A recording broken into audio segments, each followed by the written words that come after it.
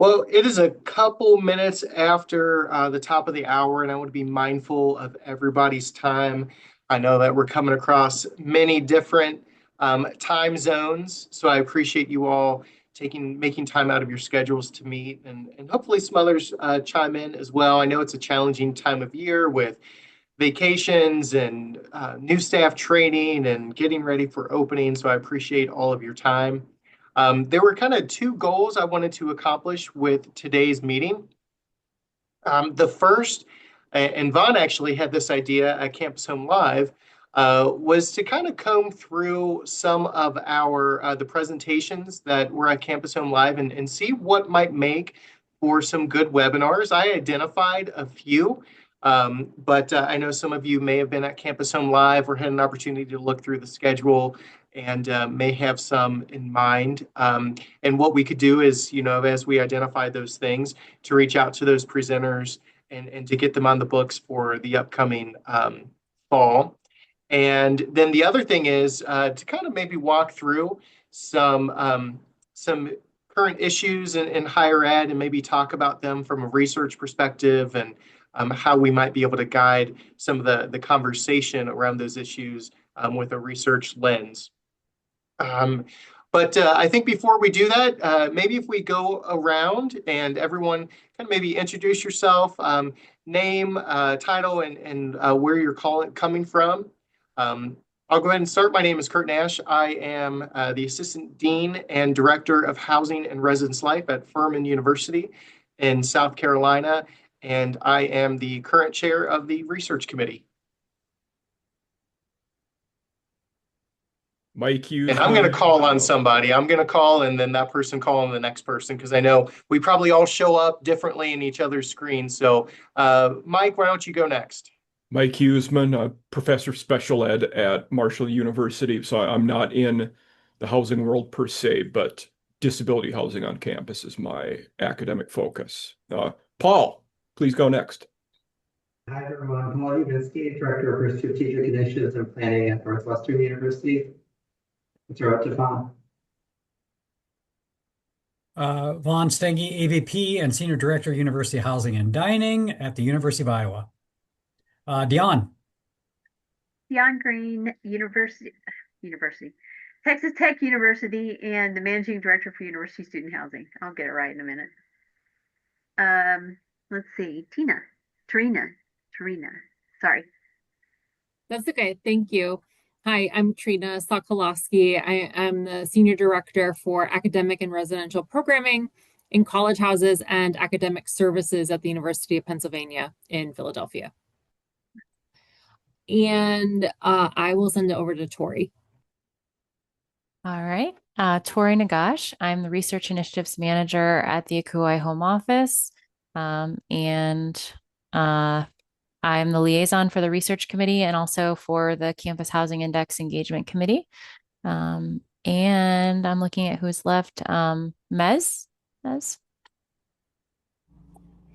Hiya, folks. I'm Mez. I'm the Associate Director of Student Life and Housing.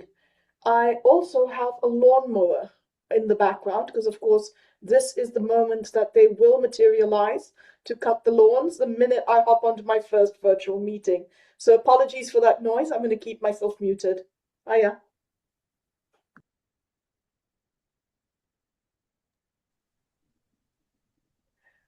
And I'll hand it over to Sadat. Hi, thank you very much. Hi, everyone. My name is Sadat Abdul Karim. I'm a master's student in the Higher Education and Student Affairs program at Indiana University, Bloomington. And also my GA is with University Housing and Residential Life. Currently, I'm serving as area coordinator for Brown Pre-College program. So currently, I'm in Providence right now. And I think Sarah just joined us. Sarah, if you want to introduce yourself, title, where you currently work. Sure. Hi, everyone. Sorry for being late. My name is Sarah Hart. I serve as the Executive Director of Housing and Residence Life at the beautiful University of Tampa. Well, thank you all. I know I got to see some of you at Campus Home Live and meet some of you for the very first time. I didn't recognize Tori as I went up to the registration desk. I had to do a double take. So it's really neat and interesting when you finally meet people in person after seeing them on Zoom for so long. So I hope for those of you who were able to join, go to Campus Home Live in Orlando, that it was a great event for you. And that's kind of where we're going to kick off. We actually had a kind of an open forum there where I think Trina was there and Sarah and Vaughn, where we chatted about the research committee and got some really good feedback. But one of the things kind of at the very end was the idea of kind of combing through the presentations and seeing where might be some good fits for the research committee to kind of focus on and invite some of those presenters to come and do a webinar, host a webinar for us later on in the fall semester. I have a list of things that I would be interested in, but I first wanted to open it up to those of you on the call to see if there's anything that you went to or heard about from Campus Home Live, if you were there, that really piqued your interest and you're like, oh, that was great. That might really fit with the research committee. So I first want to open it up to that, and then I can talk about some of the ideas that I have as well.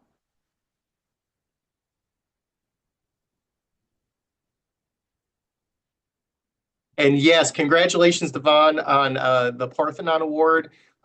What a wonderful honor. So very privileged to have you with our group and the wealth of experience and knowledge that you bring to us. So very thankful that you're here, Vaughn. Thank you. I enjoy the research committee when I oversaw it on the executive board, so it was it's always a fun place to come back to.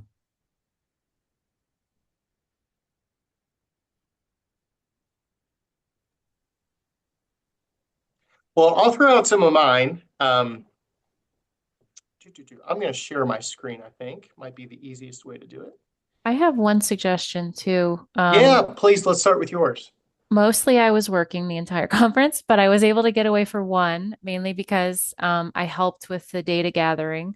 But there was a presentation, might have been on the Tuesday, I think, towards the end of the conference, from TJ Logan and another member of his team from Brailsford and Dunleavy using CHI data and IPEDS data, and looking at, it was kind of a misleading question a little bit, but like, do RAs matter was essentially, I think, the title, which, long story short, yes, they do. But there's a lot of other factors that impact, a student being successful while they live on campus. And so it was standing room only. It was really interesting. They gave a similar presentation, the same data at NHTI, and it was very well received again. And so I'm thinking, yeah, and there's my cat, that it could make a good invitation and a good partnership between the CHI and the research committee too. Great suggestion.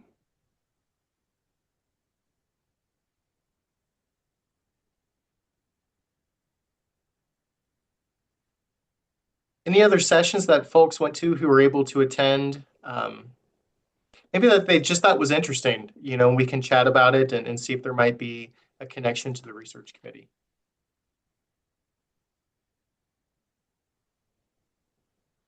I can always pull session evaluation scores too. If you just have like, hey, pull anything research related and let's see, what was well received, sort of an approach, I can do that too.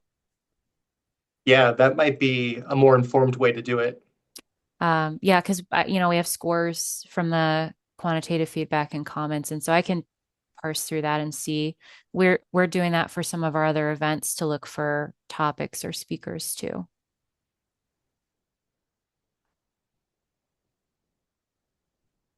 Okay.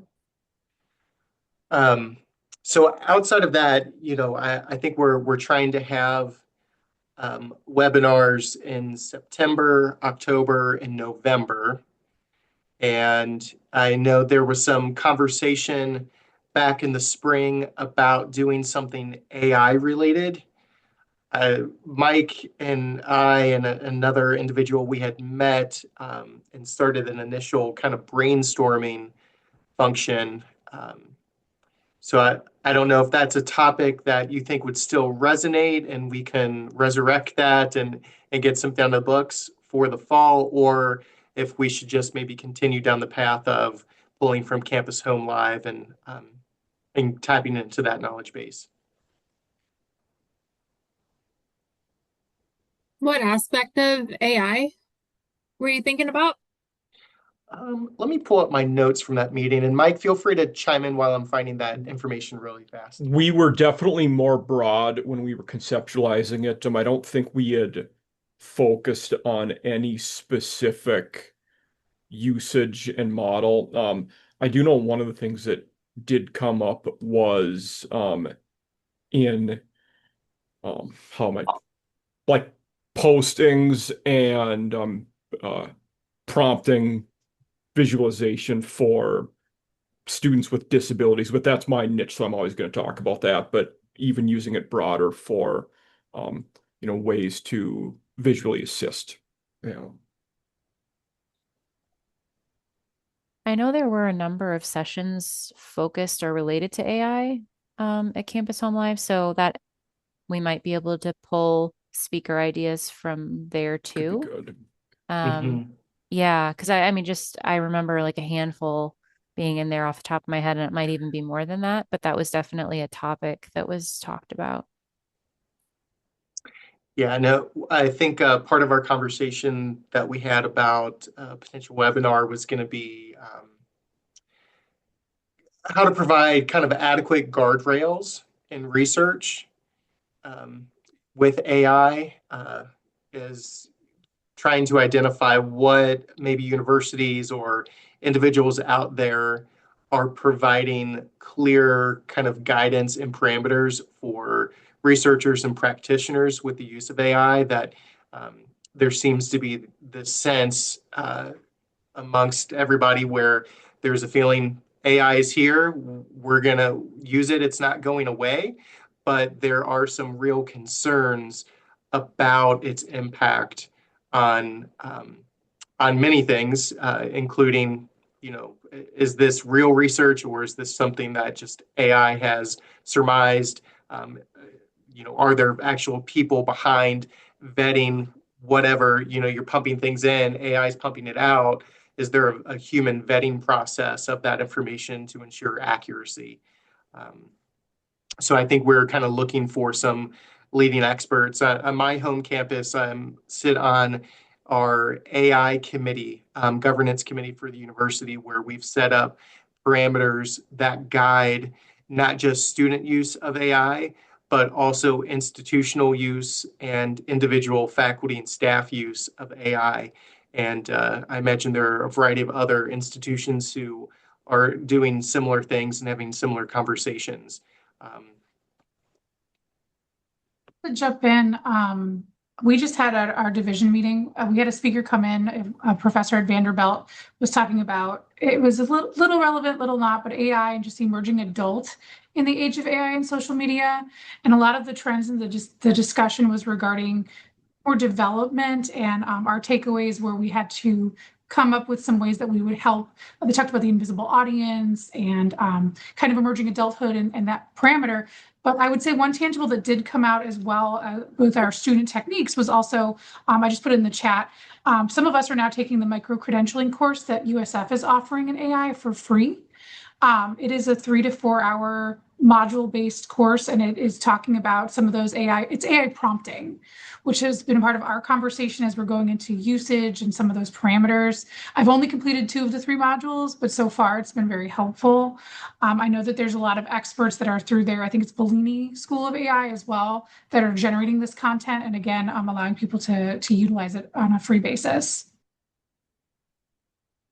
I'm also thinking of Ohio State because they have an AI literacy initiative. So basically, they're guaranteeing that every undergraduate student will graduate being literate in AI in their degree area, so that they'll be able to use it effectively, appropriately in their career post degree.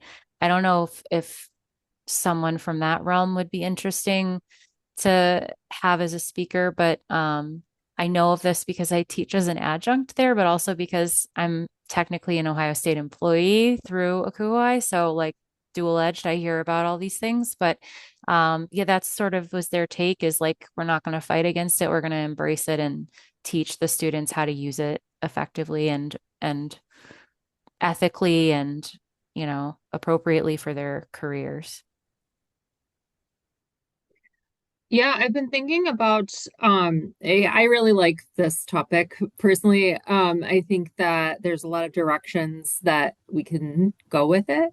I've been thinking kind of related. I've been thinking about AI a lot in terms of as a learning partner, the use of AI, specifically GPT and those models, as learning partners, and kind of related to the prompts, but related more to engagement strategies that um, promote things like self-awareness, metacognition, um, with boundaries, and like understanding the boundaries and really how the AI even defines itself and describes itself. And really what like a lot of what I'm hearing from the conversation here, we're talking about the actual AI, but when I think about this in terms of housing and residence life and residence education, I don't know that it's necessarily as much about the actual tool, but about the development that happens with the user to be able to make decisions, process information, and engage with it in a productive way. And so it's a half of an idea. I'm not quite sure what the finish line is for the idea, but it's when I think about the role of residence life and housing professionals, the folks that do the work that we do or similar, it's really our stuff is about relationship building.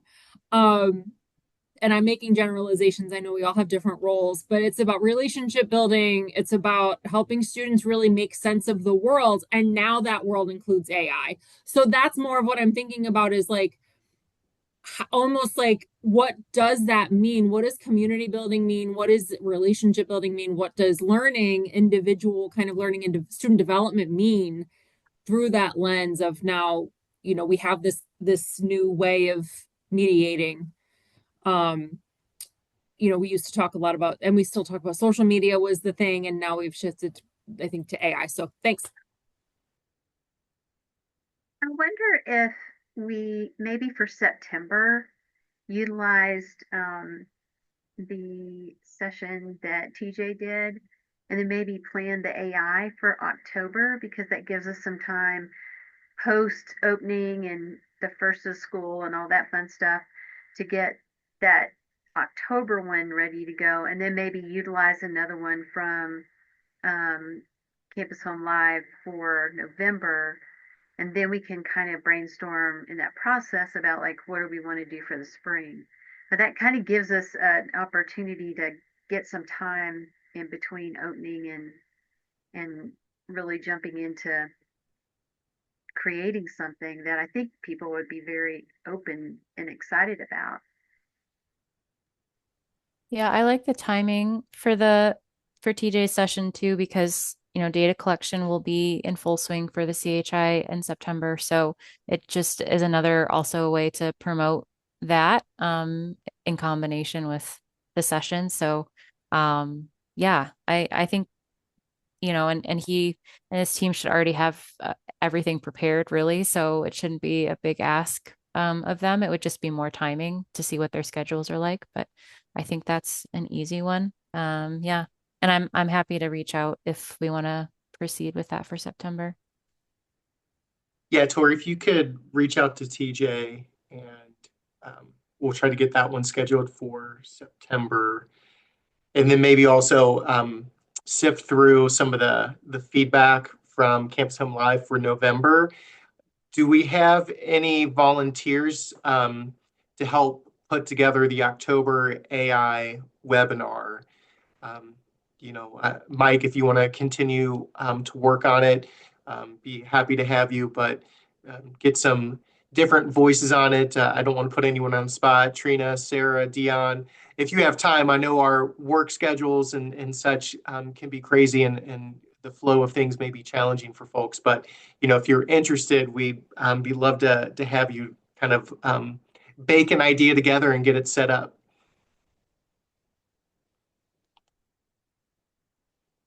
Yeah, I'll be a part of that. Mind helping? Okay. Well, Trina, if there are others, please, after this, maybe hang on and we can get a time scheduled to chat sometime maybe in August as to get the ball rolling on it. All right. Well, let's move along then, since we kind of have a plan rooted out for webinars.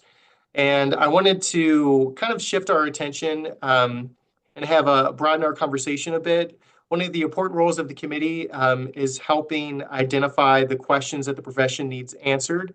What are the issues housing and higher ed are facing, and where research could help understand those challenges?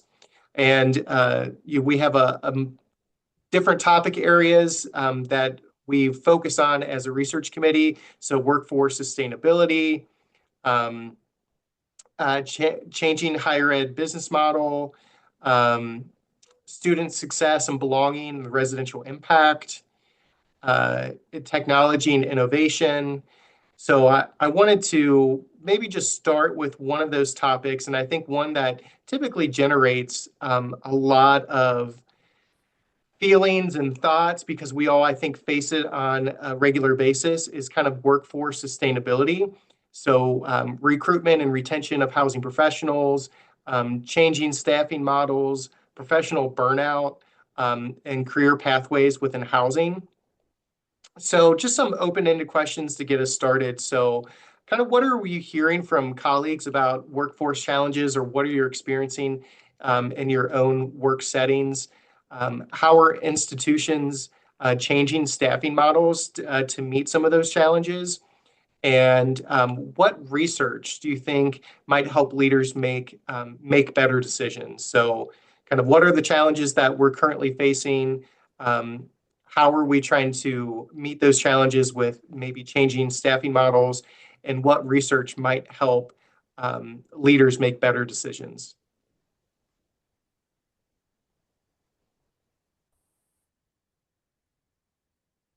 I don't know that y'all that this has been presented to us in the last week, but the model that I grew up with was that you committed to a job and you went to the job and you did the job, and if for some reason it wasn't your fave, then you made it to the end of the year and then you went and did whatever you wanted to do.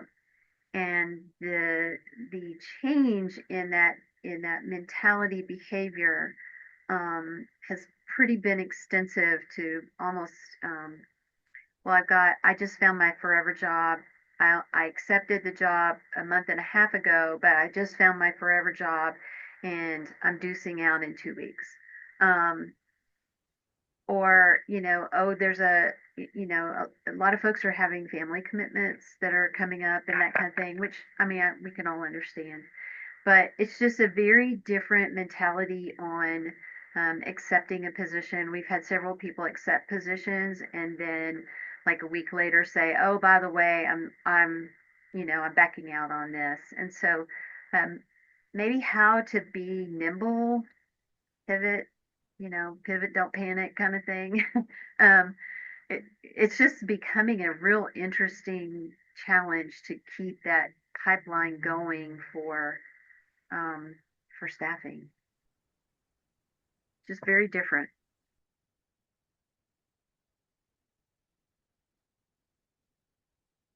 So I think that's a really good point, Dion, about the cycle. It used to be, we would post our jobs in kind of early winter, go through that whole recruitment process. And have people hired by early spring, and it's been really changed. And I wonder, as maybe a hiring manager, what questions we need to maybe ask candidates differently. I know there's some legal parameters around things that we can and cannot ask, but potentially, as we're doing um, reference checks and asking how long has this person actually been working for you, what how have they been, what is precipitating this change, do you think? Because if we're poaching, there's someone who's poaching uh, that person, and they may or may not be aware that they're poaching somebody, um, and maybe they're aware and they just don't care, but kind of the ethics around that. And I think it's important to understand and support staff whenever they have opportunities. But I've also seen, we've had also had several folks who have used our positions as leverage to get more from their current employers, and that was not disclosed. Which I mean, that's not going to be disclosed. I mean, I have no rose-colored glasses that that's going to happen, but it's just becoming a really interesting market and a very time consuming, and it has impact for training, it has impacts for just the psyche of the whole team, team development, all of those things. And I don't know that that's going to change, but I know that it would be great maybe to offer some, I don't know, to me it seems like a multi-level dimensional problem. Like there's the ethics of it, there's the commitment piece of it, there's the ramifications for the department, and then also reputation. And so there's just lots of different levels that I think could be addressed, or at least talked about in a conversation or something. I don't know. It's an interesting. It is an interesting perspective, and I think about 20 years ago, if somebody did that, I mean, it would be a form of professional suicide because your name would get out there and you'd be the job hopper and stuff like that because there's so few. I mean, now we see fewer people coming into the profession, that people are moving. They know that they can get away with it because somebody's going to take them because everybody's struggling to find staffing. So I think there's a lot of grace occurring that probably wasn't occurring before. Yeah, I think I agree. Another piece of this that I'm thinking about as I'm listening is and I think I might already be saying something that we've already restating something. I think I'm hearing a lot about shifting perceptions of the job. And so, thinking about perceptions of the job and the role and importance of it. I think similarly, a while back, I think it was maybe a little bit more common to think about the work, especially the work of residence life, as, integral, and really, the value on students and the importance of students. And there's a service that's being done. And I think that there are a lot of factors that go into that shift. But there's maybe a little bit of a sense of a shift away from that kind of altruism, more towards just, it's a job, it's a means to an end, or it's for me, like, and you're talking about dream jobs and stuff like that. And so, yeah, just, I'm curious about how perceptions of this job, of these types of roles, have shifted over time, what's contributed to that, and at what point in a career or like in these types of positions does this tend to happen the most? Do we see this a lot at entry level? Do we see this more at live-in? Do we see, what are the types of circumstances that would lead in this way? So yeah, thanks. That's a great point. Who's leaving and what are the reasons, the mid-level, entry level. Is anybody doing exit interviews? I know sometimes they need to be guided by HR, but I'd be interested in that. Or are folks kind of collecting some sort of information through an exit interview and what they're learning from that?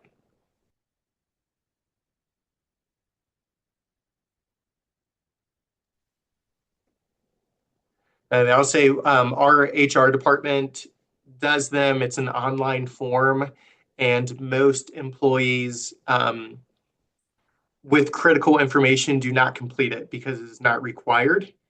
So, we get just very basic things, and typically things we already know that they're leaving for advanced opportunity or family, but not really diving deep into that information.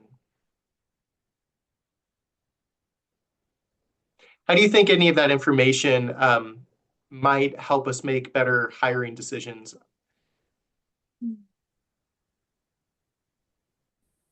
Well, surely it's happening in some other industries as well.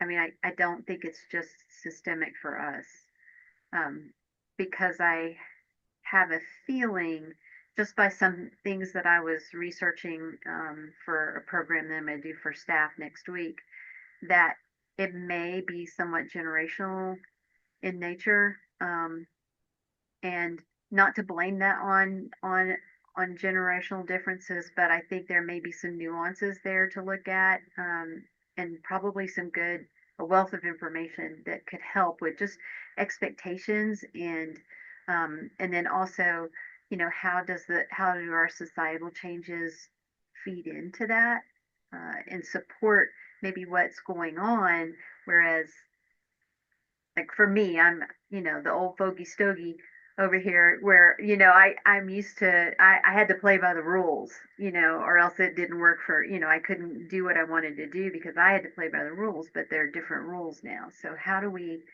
navigate between those two once we know what they are?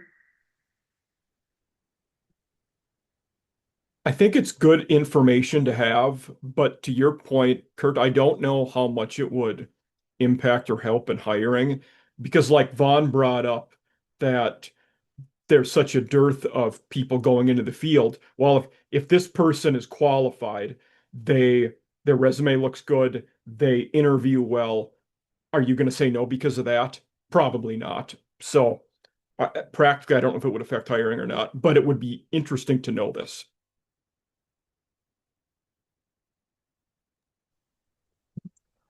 I want to shift gears to one more kind of topic area before we conclude. So, changing higher ed business model. So, this topic is around enrollment changes, financial pressures, housing demand forecasting. Um, so, how are institutions adapting to actually, let me rephrase this question. What decisions are housing leaders being asked to make with limited information? Where are institutions needing better data? And how can research support strategic planning? I'm going to put those in the chat for those who are visual processors. So again, looking at changing the higher ed business model, so enrollment changes, financial pressures, housing demand forecasting, and what decisions are leaders being asked to make with limited information? How are institutions needing better data, and how can research support strategic planning? And I'll just start to get us kicked off. And remember, what's said on the Zoom stays in the Zoom to some extent. So at Furman, we have a 4-year residency requirement. However, this current freshman class has come in extremely high. There's a good sense across those people in the know that we kind of bought the class. And so we're barely meeting our net tuition revenue goal. And the plan is to continue to have very large classes and to continue to give a very steep discount. If we continue on this trend, I've mapped it out for what we plan to go to as an enrollment strategy over the next 4 years, and we will run out of space for all of our students starting the fall of 2028, which will reshape the entire promise that we make to our students. So we have these freshmen who are coming in this year. They were sold an expectation that they would live with us for all 4 years. It's one of the reasons why they decide to live with us, because they don't have to worry about landlords and looking for spaces for their senior years when they're freshmen. They don't need to do any all of that. We've renovated everything. We have new construction. It's really premium stuff. And it's likelihood that as they become rising juniors, we're going to have to explain to them that we won't have space for many of them. And so I'm shifting, sharing that data up as far as it can go. But there's a real need that it's beyond housing for them to see that picture. It's also the study away. It is with our other support resources. It's with how many counselors do we have at the counseling centers, seats in classrooms. It's all of those things that need to come into play. And we only have so much information to use in order to make those decisions. You know, we can advocate for building. However, if we have a new president coming in and he or she decides that actually, no, we are going to go with smaller classes and cut the discount rate, then we just built all of these beds that we're not going to have students for. So that's just kind of one real world example that we're living in. We have a similar issue on my campus as well. So I certainly find that to be an interesting topic. I also wonder when we're talking about business models, many of us are now in the business of including public-private partnerships as part of our business model. One of the things that we unfortunately don't have information on is the long-term financial impact of these models. Many of us are, I say, a fairly new, but in terms of deep, long-term financial implications, I don't think they're yet to be realized. I mean, at the oldest, we may be talking about 20-year projects, but I'm especially thinking about campuses that are using this model as a short-term reality. To handle renovation and construction projects, and really what are the long-term financial implications. I think some of us, especially that are going into this with the putting no money down, relying fully on the P3 side of things, and in 20, 30 years, when the tides shift, really being able to speak pretty definitively to how those models will help us sustain beyond the life of the agreement, especially when it comes to reserves and things of that nature. So I think that's one area that has some interesting research implications. I also think another one that maybe a sensitive topic, but to really do a deep dive in understanding how housing departments that are auxiliaries, how their contributions to the institutional financial model, from a long-term perspective, impact their ability to sustain themselves as either auxiliaries or just to maximize their financial funding, to keep, their capital projects, deferred maintenance, and things on the, I know for many campuses it ebbs and flows, but it would be great to just have a better understanding of how, the Bank of Housing and Residence Life, one, supports institutions, but also the flip side is what is the long-term financial impact if we continue this model, which I think, again, I don't know that housing in and of itself has control, but I would argue that those of us that are auxiliaries is certainly part of our business financial model. And just understanding the long-term implications would be interesting from a research standpoint, in my opinion.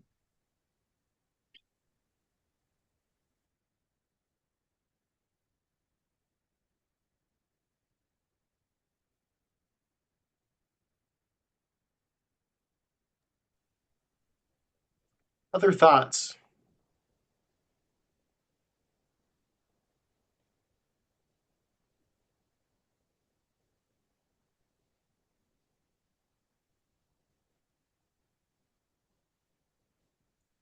I have one more, and maybe it will lead to some more discussion, or maybe we'll just end there.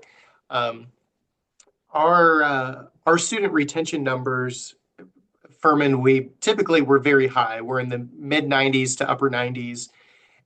But we have seen a substantial dip.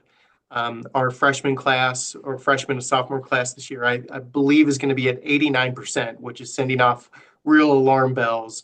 But I believe as we dig down deep into those numbers, it is all related to student athletes, and they are picking up and they are leaving in large numbers. Sometimes greener pastures, sometimes not.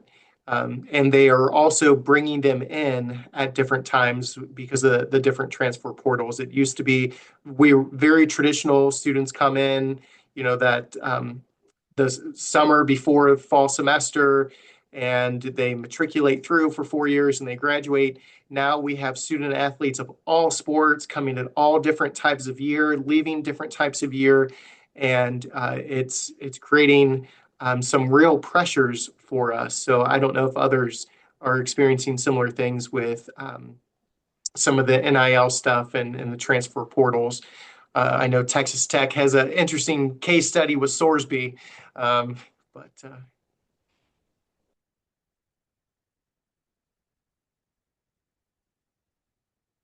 When you say greener pastures, a lot of it has green as in money Yeah. because as they're moving from one place to another to get more money. So you see a lot of it, or it has become, I don't know, depends on some institutions who rely on a lot of athletes is going to make a significant difference than probably even, Texas Tech or Iowa, who have larger populations. So somebody leaving is not going to have a significant impact. But I can imagine at Furman that, a half dozen students is going to have a significant impact on your retention. Yeah, about I think 18% of our students are student athletes. So when you have a large shift in that population, it really impacts those numbers. Mhm. Yeah, I don't think they really thought through the ramifications for institutions in particular and the individual when they made some of these decisions. I think we're paying for it in lots of different ways.